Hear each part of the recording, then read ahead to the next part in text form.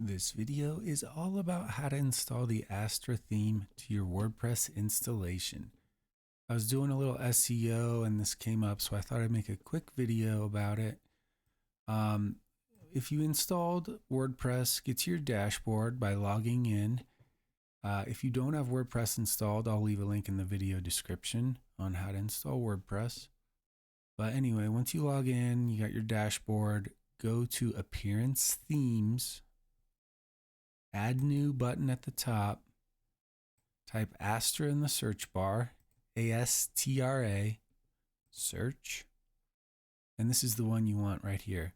The reason my dashboard looks a little nicer is because I'm using SiteGround hosting, and they have an option to make the dashboard look a little nicer, but they all work the same. Go ahead and install Astra, activate, and you are now running the Astra theme.